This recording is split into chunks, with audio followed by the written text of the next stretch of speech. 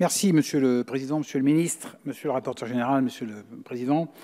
Mes chers collègues, je me réjouis que notre Assemblée puisse, à l'occasion de l'examen de cette proposition de résolution, débattre des relations entre l'État et les collectivités territoriales. Cela me permet de rappeler, dans un premier temps, que le gouvernement et sa majorité parlementaire ont su démontrer depuis un an toute l'attention qu'ils portaient au territoire.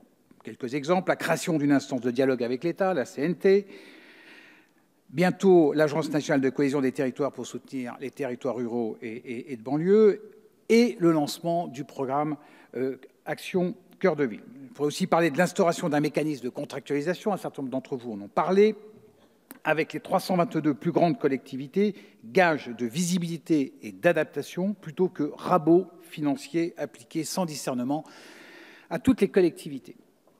Stabilité également des dotations de l'État aux collectivités locales. Et contrairement à ce qu'un certain nombre de nos collègues avancent, même si cela a été, c'est vrai, le cas dans le passé, la réduction du déficit pour les prochaines années ne sera pas portée principalement par les collectivités, mais par l'État. La croissance des dépenses en valeur de l'administration de l'État sera de 0,7% contre 1,2% pour les administrations publiques locales dans la loi de programmation que nous avons votée pour 2018-2022. Et je ne parle pas de la réforme constitutionnelle en cours de discussion qui pourrait apporter, avec la modification de l'article 72.4 de la Constitution, un nouveau souffle à la décentralisation. Donc voilà de très nombreux exemples de ce que nous faisons, de ce que nous souhaitons faire pour les collectivités territoriales.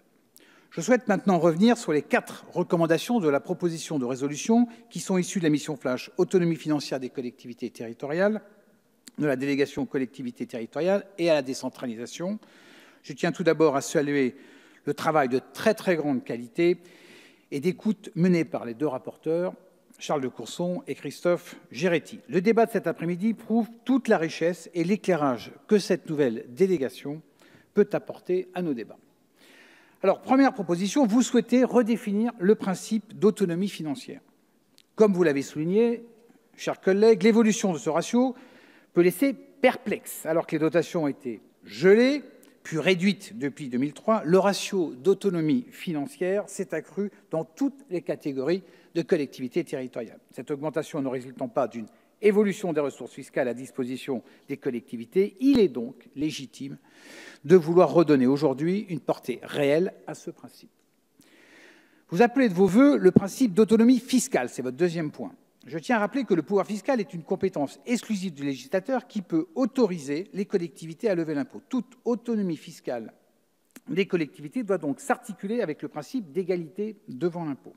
Par ailleurs, toutes les catégories de collectivités ne réclament pas l'autonomie fiscale. Aujourd'hui, les régions, par exemple, ayant fait le choix d'une fiscalité transférée dynamique. Il convient aussi de penser aux territoires fragiles qui ne bénéficient pas de marge de manœuvre en termes de fiscalité locale et dont les ressources dépendent grandement de la péréquation qui est, je le rappelle, un principe constitutionnel. Donc l'autonomie fiscale risquerait, dans ce cas-là, d'aggraver les inégalités territoriales. Enfin, l'introduction d'un ratio d'autonomie fiscale représenterait une contrainte forte avec le risque de figer le système actuel alors que nous sommes, vous le savez, à la veille d'une refonte en profondeur de la fiscalité locale. Toutes ces raisons m'amènent à penser qu'il est prématuré de vouloir consacrer le principe d'autonomie fiscale des collectivités. Troisième proposition, vous proposez la création d'une loi de finances des collectivités locales. C'est une demande récurrente des associations d'élus et de la Cour des comptes. Vous l'avez précisé et j'y suis pleinement favorable. Elle permettrait ainsi de discuter, de voter et d'évaluer les finances des collectivités de manière consolidée et cohérente. Il convient toutefois de bien s'entendre sur la nature d'une telle loi. Serait-elle une loi programmatique, normative ou autre? Votre quatrième proposition, vous souhaitez que les compensations de transfert de charges de l'État vers les collectivités soient intégrales et évolutives. Je rappelle qu'actuellement, la compensation des transferts de compétences doit être intégrale seulement à la date du transfert.